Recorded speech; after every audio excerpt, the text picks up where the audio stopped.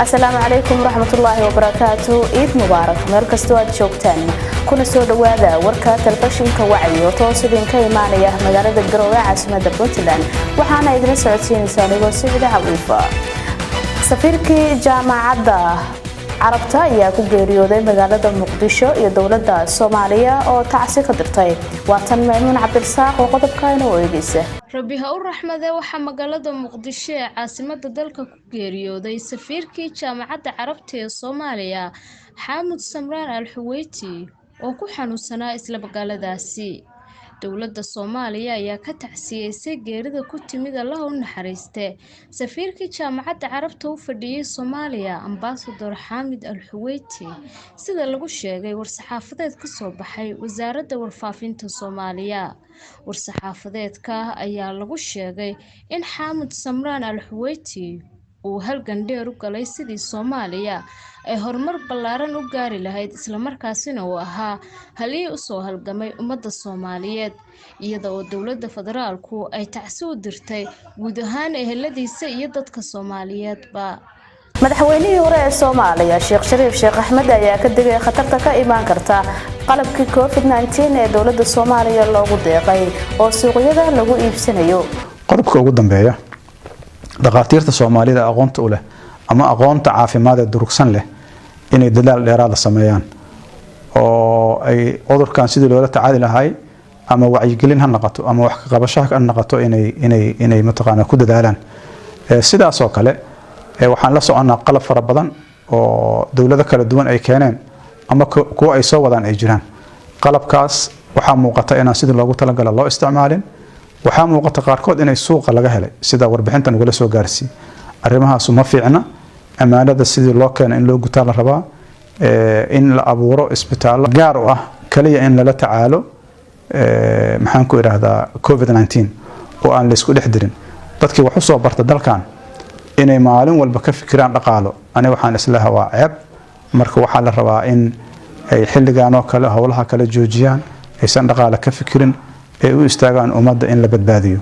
shirkadda isgaarsiinta Samtel ayaa hadiyado iyo abaalmarino maalmaha ugu talagashay ciida waxay ka bixinaysaa magaalooyinka waaweyn ee Puntland Samtel waxay la wadaagaysaa macaamiisheeda qaaliga ah farxadda ciida Ciidul Fidriga ayadoo waxa weeye maxay ahayto qiimo dhimis ugu samaysay adeegyadeedii qaybaha waxa kale la yiraahdo maxay ahayto shirkaddu ay hayso qaybaha ugu waaweyn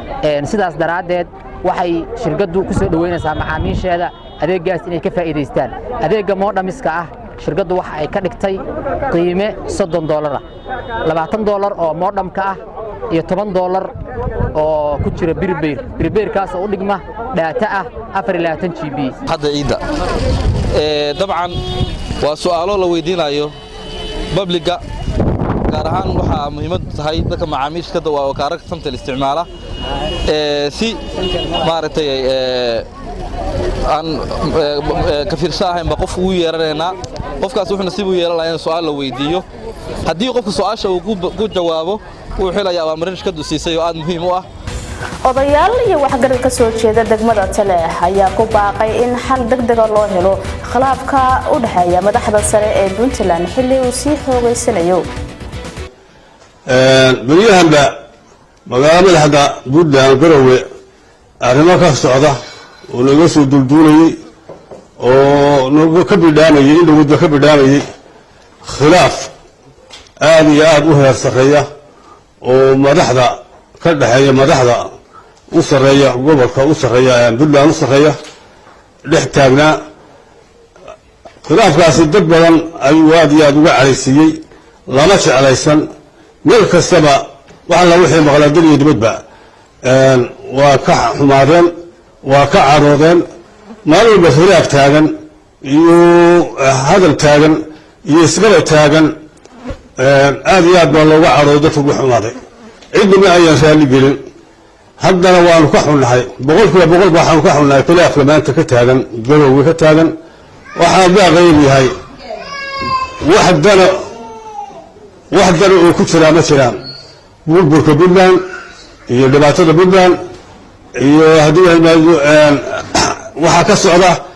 dani kuma jirto wax faa'iido oo ka soo socdaana ma jiraan waxa khasaare ahayn iyo burbur waxaanu ku baaqaynaa hal la joojiyo oo madaxda ugu yeedhaynaa oo madaxweynaha la hadlaynaa oo madaxweyne ku-xigeenka la hadlaynaa hal la daayo khilaafka maalin walba taagan oo maalin walba haddii helmaayo loo fadhiisanayo oo maalin walbaba cid lagu ereeyo waxaan leenahay hal la joojiyo ma qabato meesha ma qabato midlaana sidaa horumar ku gaari mayso dhibaatooyin badan baa jira topiga hadda aynu ka hadlayno oo meesha isugu nimi ummadda tan ay ka hadlaysaa waxa weeye waa masiirkii Puntland lagu dhisay ee ummadda ka dhaxeeyay ee la wada lahaa oo hadda u muuqda in cid gaar ahaaneed ay sidoo doonto u maamulanayso oo ku tagrifaleyso ama ku xadgudbayso masiirkii ummadnimo ama maamulnimo ee Puntland ee ummadda walaalaha ay wada dhalatay ay wada dhisatay Puntland waxay leedahay dastuur sharci ah waxay leedahay saami qayb waxay leedahay waxyaalo badan oo ajanta ah oo ummaddu wada qoratay markii la dhisanayaan cidina dhaafi karin haddar waxa ay u muuqataa madaxdan halkan ninka hadda Puntland ugu sareeya oo madaxweynuhu tobikii sidii loo wada dhistay maamulka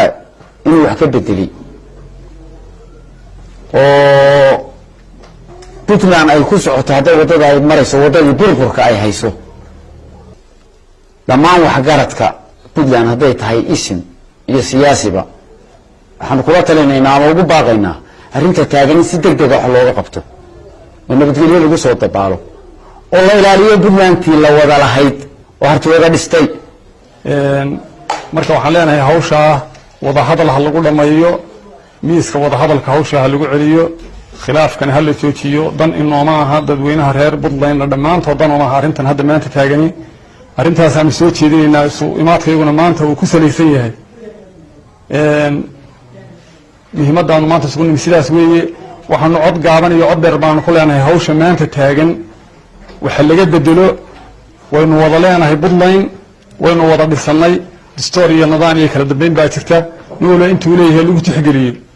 saas baanu nagu soo jeedinaynaa baaqiguna maanta saas ku saleysan shactar lagu farsameeyay magaalada Muqdisho ee caasimadda dalka ayaa ku soo xirtay magaalo xeebeedka Hobyo isagoo wada raashin macaawina dadyoga Hobyo ku nool ayaa aad u soo dhaweeyay walaalayaal farxad bay maanta inoo tahay inaan halkan Hobyo iskugu nimaano meeshaan waxaan ku soo laabanay ilaa bishii shanaad sanadkii tagay waa 12 bilood 12kaas bilood shirkad baan dhisaynay xeer baan sameeynay bangiyaan akoonno ka furanaynay saamilay baan baadi goobaynay ilaahay hadii wixii dhan waxay ku soo urureen maanta in aan doontaas xamar ka keenno 4 maalmood badaan ku soo socono badeeco fiican way keentay waxaan shirkaddaanu hadafkeedu wuxuu yahay ahdaafta ugu weyn in dadka halkan ku nool noloshooda la tayeeyo aad iyo aad baan idin salaamayaa waxaa farxad weyn oo haddaan nahay maamulka degmada sida sharafta leh iyo qiimaha leh ee maaragtay kabarigan baraarug ay maanta u soo rareen wixii barawada ahaa ee magaalada Muqdisho ay ka keeneen ayagoo rabo in maaragtay si fiican magaaladan ugu shaqeeyo howlgal aad u weyn iyo mustaqbal aad u weyn kale anaga ka maamul ahaan 100% aad baan u soo dhaweynaynaa dadkiina dalkiina u timaadeen waxaan rabnaa ragga ganacsatada hadda nala joogo iyo ragga naga maqanba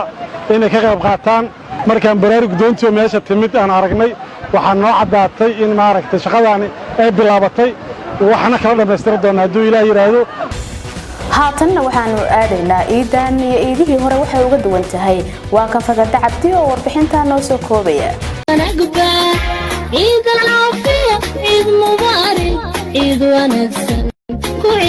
Amintu waa aroor hore arooruhu kala wacan kala suntan kalena saameyn wacan cadceedu waxay soo baxday falaadheeda wadata diiranaan dareen iyo deganaansho gaara subaxdani waa subax ka dhex suntan sanadka gebi ahaantiiba way ka farxad iyo reereyn badan tahay maalmaha kale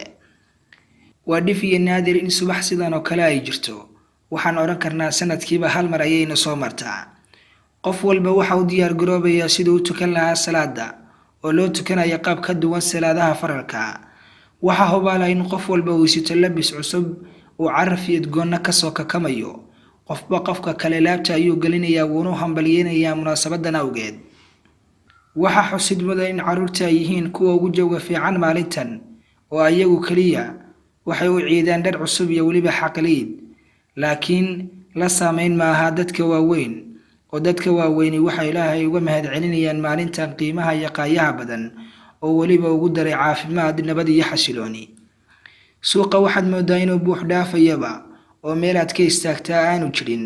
aan oran karno usha cirka loo tuura dhulka kusoo dhici mayso. Kumanaan ayaa hambaliyo iyo bogaadin hawada isu marinaya, kumanaana nasiib ayay u yeesheen inay wada farxaan, wada qoslaan, wada ciidaan. sidoo kale idaacadaha iyo muuqaal baahiyaasha waxa ka socda barnaamijka hambaliyada ciida oo caruur iyo corolaba ka muuqdaan. waxa maalinta raysku yahay alla maanta iyo maalinka ciida Ilaahay ina siiyay isaga ayaa ku abaale. balse ciidan ayaa ka duwan ciidihii hore. jawiga samxadda iyo socodka dadweynaha ayaa yar, salaanta ayaa lala kala cararaya, afka xiro fadlan faradhaqo waa fariimaha ka soo gaaraya hay'adaha caafimaadka. dadweynaha ayaa guryahooda ku sugan, saameyntu waa dilaaga faafeenka ee COVID-19. dhanka kale dadka qaar ayaa sooman, ciidan ayaa saqdhexe lagu dhawaaqay iyagoo dadka qaar ay hurdaan subaxiina ay ku waraabbaristeen dad qaadanaya jawiga farxadda ciida. magaalada Gaalkacyo ee xarunta gobolka Mudug ayaa maanta si weyn looga iiday. haddaba sidee ayay dadweynaha magaalada ku nool u iideen? ciida عسيري درس ونقبة عيد العافية عيد مبارك عيد ونكسن كعيدا عمهن دوني ذا عيد كستو مسلمة وعسوينكي فرحة دي دمشات عينو هايد عيد مبارك كل عام وانتم بخير. قدهان ummadda islaamka gaar ahaan ummadda Soomaaliyeed shacabweynaha reer Puntland ku gobolka Mudug magaalada Gaalkacyo waxaan leeyahay ciid mubaarak. sanadkan sanadkiisa bashbash barwaaqo iyo caafimaad ku gaara. ilaahay idinkii waxaan idin rajaynayaa inaan bashbash iyo barwaaqo sanadkan sanadkiisa ku gaadhaan. waxaan idin rajaynayaa amni iyo caafimaad baan idin rajaynayaa, guul iyo gobonaan idin rajaynayaa. ciid mubaarak كل عام وأنتم بخير. dhammaan ummadda muslimiinta ah meel kasta ay joogaan gaar ahaan ummadda Soomaaliyeed waxaan leeyahay sanadkan sanadkiisa kale Ilaahay bashbash iyo barwaaqo iyo baraaraha inuu gaarsiiyo. maalinta barakeysan ciidul fidriga awgeed ciidul fidri waxaan halkan hambalyo uga dirayaa dhammaan ummadda islaamka gaar ahaan ummadda Soomaaliyeed. waxaan leeyahay dhammaantiin ku ciid wanaagsan. waxaan idin rajaynayaa sanadkan sanadkiisa kale inaad ku gaadhaan bashbash iyo barwaaqo iyo caafimaad iyo nabad. ilaahayna waxaan ka baryaynaa inaan helno Soomaali oo isku duuban oo iswada raacsan. Assalaamu calaykum waraxmatullaahi wabarakaatuh. ciid wanaagsan. haatana daawadayaal xubintii ciyaaraha. waqtiga la ciyaari doono kulamada ugu horeeya horyaalka wadankana liigaha. horyaalka wadanka Spain ee La Liga ayaa markaasi ugu dambeyn la fasaxay inuu si rasmi ah dib ugu soo laabto Isniinta labaad ee ugu soo horeysa bisha soo socota ee ku beegan June 8 waxaana kulamada ugu horeeya ay noqon doonaan ciyaaro adag oo ay markaasi ku lug yeelan doonaan kooxaha Real Madrid iyo Barcelona iyo dhammaan 20 naadi ee markaasi heerka koowaad ka ciyaara. ra'iisul wasaaraha wadanka Spain ayaa maanta markaasi hadlay wuxuuna shaaciyay go'aanka rasmiga ah ee dawladdiisa Spain oo ah in horyaalka markaasi fasax yahay laga bilaabo waqtigaas. idaacadda Cadena Ser ayaa hore u shaacisay in jadwalka rasmiga ee kulamada horyaalka markaasi la soo saari doono May 28-keeda ayna ugu horeyn doonto ciyaarta derbiga ee u dhexmari doonta Sheffield iyo Real Betis oo Jimcaha June 12-keeda ay markaasi wajiga istari doonaan, laakiin ciyaarta ayaa waqtigeeda ka soo horeyn karta 4 maalmood. haddaba sidee ayay noqon doonaan kulamada ugu horeeya ee horyaalka wadanka Spain ee La Liga?